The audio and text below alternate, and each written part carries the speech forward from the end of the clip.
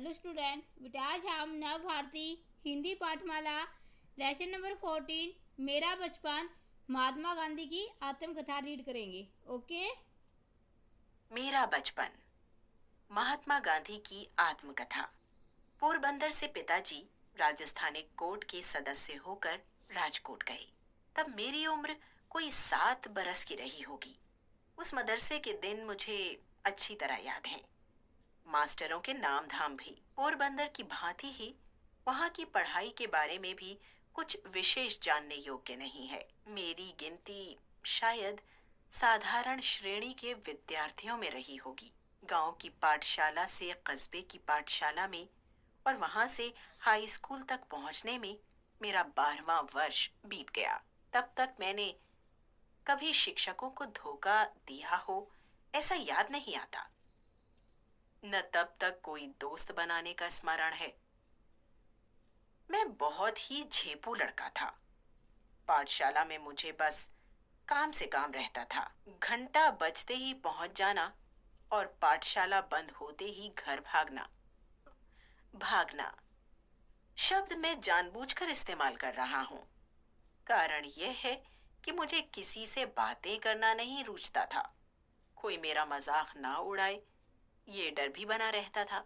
High school के पहले ही साल की परीक्षा काल की एक घटना उल्लेखनीय है। शिक्षा विभाग के इंस्पेक्टर जाइल्स स्कूल के मुआयने के लिए आए थे। उन्होंने पहले दर्जे के लड़कों को 5 शब्द लिखवाए। उनमें एक शब्द मैंने गलत लिखा। मास्टर ने मुझे अपने बूट की नोक से चेताया, पर मैं क्यों चेतने लगा? मैं ये सोच भी न सका कि मास्टर मुझे दूसरे लड़के की स्लेट देखकर हिज्जे दुरुस्त कर लेने का इशारा कर रहे हैं। मैंने तो ये मान रखा था कि मास्टर वहां इसके लिए तैनात हैं कि हम एक दूसरे की नकल न कर सकें।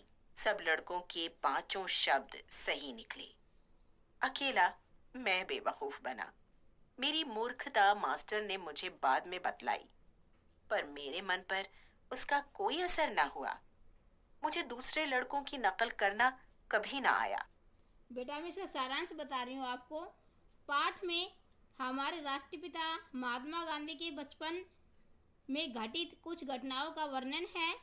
हाई स्कूल के पहले ही साल की परीक्षा काल की यह घटना उल्लेखनीय है। स्कूल का मुआयना करने आए इंस्पेक्टर के द्वारा लिखवाए 5 शब्दों में से गांधी जी ने एक शब्द गलत लिखा था। मास्टर जी के इशारे करने पर भी गांधी जी ने उसे ठीक नहीं किया। बचपन में श्रवण पितृभक्ति नामक पुस्तक और हरिश्चंद्र नाटक का उनके मन पर बहुत गहरा प्रभाव पड़ा।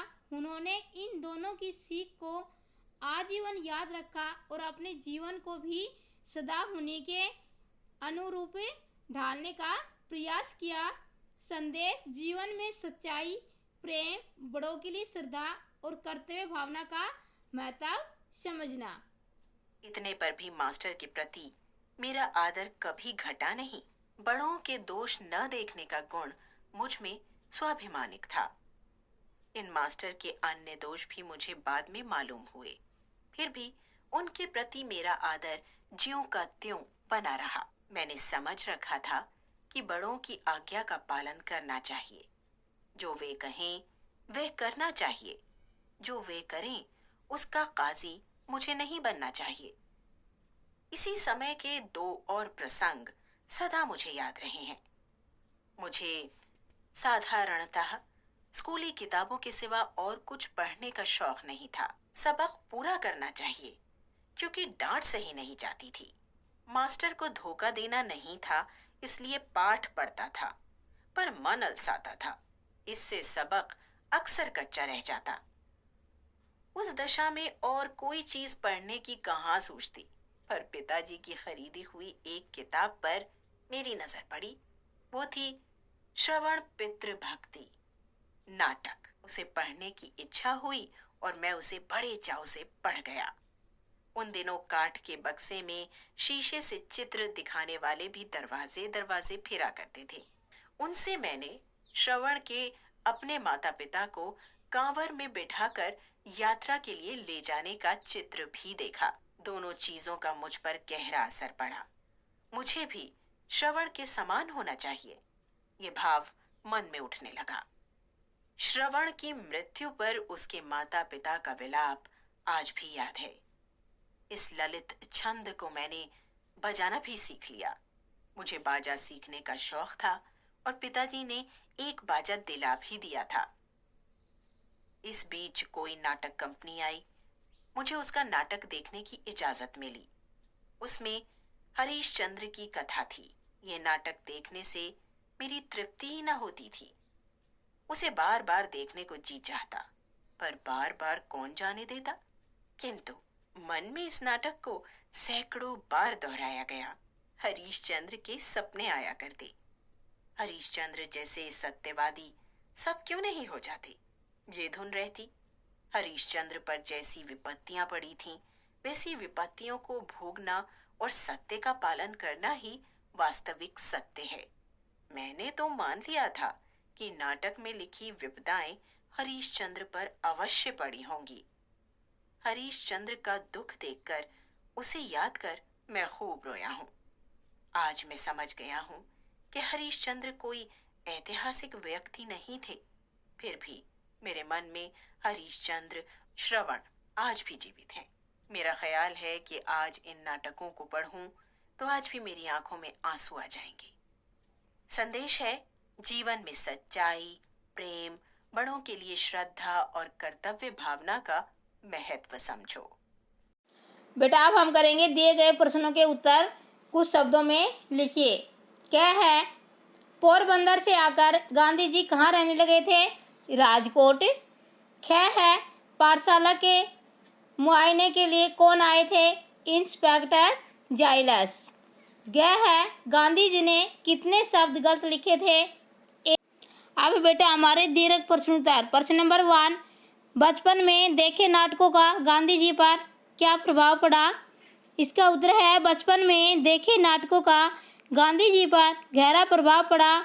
उन्होंने सोचा कि उन्हें भी श्रवण के समान होना चाहिए। सब लोग हरिश्चंद्र जैसे सत्यवादी क्यों नहीं हो जाते?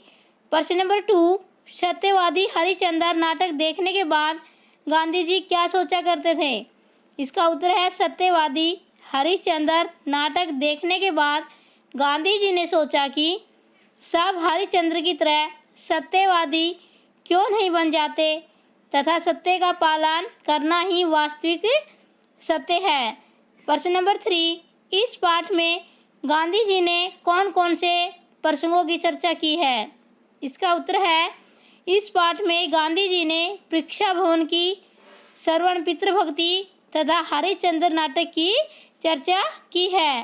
प्रश्न नंबर 4, यदि आप गांधी जी की जगह होते तो क्या दूसरे लड़के की स्लेट देखकर हिजे दुरुस्त कर लेते? कारण सहित उत्तर दीजिए।